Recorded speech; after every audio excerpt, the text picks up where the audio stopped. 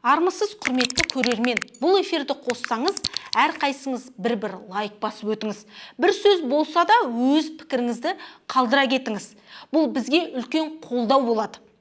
Демалыста Түркістанда ұлттық құрылтайдың екінші жиыны өтті. Құрылтай деген ұлттық мүддені көтеретін, қиын қыстау шақта өткізілетін аса маңызды шара болатын тарихта. Ал мына бас қосудан маңызды бір сөз естіген жоқпыз. Әр нәрсенің басы шалынды. Әдеттегенше бәрі сөз жүзінде айтылды да қойды. Қарап отырсақ, қазіргі биліктің де жылдары сырғып өтіп жатыр. Қаңтар қырғынынан соң міне 1,5 жыл уақыт өте шықты. Назарбаев биліктен кетті. Жеке дара басшылықты басқа адам қолға алды. Содан бері не өзгерді? Назарбаевтың ұрлаған миллиардтары елге ағылды ма? Жоқ, жақында заңсыз иеленген мүлікті елге қайтару жөнінде жаңа заң қабылданды. Сарапшылар оны жаппай сынға алып жатыр. Бұл заңның аясында тек қана $100 миллион асқан көлемдегі заңсыз алынған байлықтың иесі ғана жауапқа тартылады. Сонда 70-80 миллион ұрласаңыз, тып-тыныш өмір сүре беруге болады деген сөз ба? Одан кейін бұл заңды дайындауға, оған бас-көз болуға жауапты ретінде кімді қойды дейсіз ғой? Тимур Құлыбаевтың адамы саналатын бас прокурордың орынбасары Ұлан Байжановты. Бұл дегеніңіз абсурд емес пе?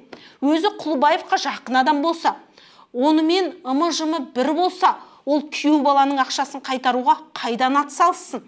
Сол сияқты биік қызметте отырған шенділерге қараңыз. Даниал Ахметовтың орнына Шығыс Қазақстан облысы әкімі болған Ермек Көшербаевтың Дариға Назарбаеваға алыста болса туысыптығы бар екені анықталды. Мемлекеттік кеңесші болып жүрген Ерлан Қаринді алыңыз. Дариға Назарбаеваның Асар партиясында болып, соған саяси технолог ретінде қызмет еткен адам. Одан кейін де сол Назарбаев жүйесіне жан тәнімен жұмыс істеді. Астананың әкімі Жеңіс Қасымбек, Назарбаевтың кеңсесін ұзақ жылдар бойы басқарған Махмұд Қасымбековтың ұлы. Жеңісті экс-президент Қарағанды облысын басқаруға жібермеді, қазіргі басшы оған Астананы тапсырды. Билік партиясы саналатын Аманаттың атқарушы хатшысы, парламенттегі осы ұйымның фракция жетекшісі Елнұр Бейсенбаев кезінде Бауыржан Байбектің сойылын соғып, жемқорға беріліп қызмет атқарған болатын. Қазір міне Тоқаевтың қолдаушысы болып жүр, мәнсабы да жоғарылады. Осындай тізімді тоқтаусыз жалғастыра беруге болады. Бәрі сол Назарбаев жүйесінің өнімдері. Бір жаңа адам жоқ. Бір сөзбен айтқанда, Назарбаевтың өзі кеткенімен оның жүйесі сақталып қалды. Назарбаев ол тек қана бір адам не басшы емес, көп басты аждаһа, бәрін жалмайтын құбыжық болып шықты. Ал сол жүйені түбегейлі өзгертетін, бастан аяқ реформа жасайтын басшыны біз көріп тұрған жоқпыз. Ескі сүрлеумен жүре бергісі келетін, барлығын бұрынғыдай ұстап тұрғанды жөн санайтын консерватор билікті байқадық. Ақордадағы жалғыз өзгеріс фамилияның ауысуы ғана болды. Бірақ бұл елде жинақталып қалған, қаңтарға әкелген көптеген проблемаларды шеше алмайтыны түсінікті. Барлығын күшпен, репрессиямен уақытша ұстап тұруға болады. Бірақ бұл билік институттарына деген сенімді, елдегі тұрақтылықты күшейтпейді. Қаңтар қайталануының алдын алмайды. Тарихты қазіргі жағымпаздар мен блогерлер жазбайтыны түсінікті.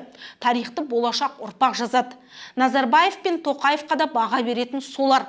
Соны жазғанда ең алдыңғы орынға қазіргі өткізіп жатқан құрылтай сымақтар емес, Жаңаөзен оқиғасы, қаңтар қырғыны сияқты қасіретті жағдайлар шығады.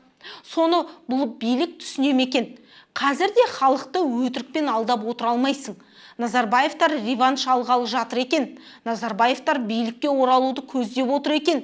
Тоқаевқа саботаж жасап жатыр деп, Қариннің қуыршағы Бапи сияқты депутаттар өтірікті сапырады келіп. Оған кім сенеді? Назарбаев пен Тоқаев баяғыда келісіп алған. Назарбаевтың айналасы да қазіргі билікпен әмпей-жәмпей болмаса да, сен бізге тимейсің, біздің де сенде шаруамыз жоқ, зиянымыз тимейді деп қол алысқанға ұқсайды. Әйтпесе Назарбаевтарға шаң жуымайтыны, Мәмин, Нығматулин, Есімов, Байбектердің еркін қыдырып жүргенін қалай түсінесің? Болат Назарбаевтың жақын адамдарын сотқа тартады да, оның өзін еркін үйінде жүреді. Солай болуы мүмкін бе әйтпесе? Әлия Назарбаеваға қызмет еткен оператор Робтың басшылығын жауапқа тартады да, оның өзіне тергеушілер бір сұрақта қоймайды. КМБ басшылығын соттайды да, соның құрамында болған Самат Әбіш судан таза, сүттен ақ болып шыға келеді. Егер өзара келісім болмаса, бұлай болуы мүмкін емес еді. Сондықтан Назарбаевтардан таяу арада реванш болады деу ол нағыз өтірік. Қазіргі биліктің жігерсіздігін, реформа жасауға құлықсыздығын, авторитарлы режимді сақтауға құлшынысын ақтауға бағытталған өтірік сөз. Назарбаевтар белгілі бір уақытта билікке таласуы мүмкін. Бірақ Тоқаевтың тұсында емес, бұдан кейінгі президенттікке өздеріне тәуелді адамды әкелуге тырысары хақ. Оның ішінде де бұған Дариға Назарбаева талпынуы ықтимал. Себебі Назарбаев отбасының ішінде басқалары саясатқа мүлдем жоламайтын, одан алшақ жүретіндер. Саяси амбициясы кезінде асып-тасып тұрған дәл осы Дариға болатын. Бірақ бұл сылтау емес. Қазіргі іс әрекеттеріне қарағанда бұл билік ешқандай реформаға бармайтынын анық байқатты. Ресейдің, Қытайдың тоталитарлы режимдеріне арқа сүйеп, елде авторитарлы жүйені ұстап тұрамын деген оймен отырғанға ұқсайды. Мұның арты неге әкелетінін тек бір Алла мен халық қана біледі.